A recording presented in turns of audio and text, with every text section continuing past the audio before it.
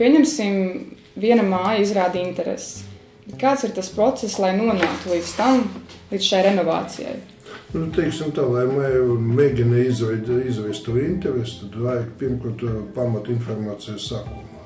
Pamata agitācija kaut kāds izdies dati, mērījumi, kaut kāds agitks.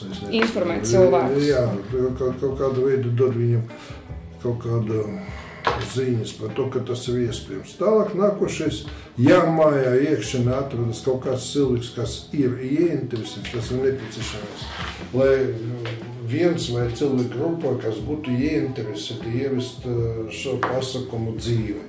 Tad viss aizies, jo pēc tam tur ir vesela atkarība no tās programmas, ko jūs gribat izmantot.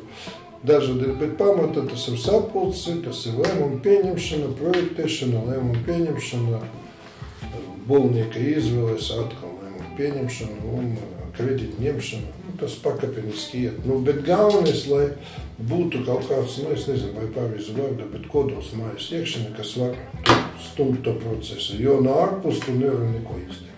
Jā, ļoti svarīgi ir kāds, kam interesē, un tad sadabū visus pārējos un visi piekrīt un nonāk līdz tam lēmumam. Es varu pateikt tā, 3 vai 4 mājas no manas renovētas, galvenie mudinātie un galvenie iniciatori bija sētnieki. Viņi saprot uzreiz, jā?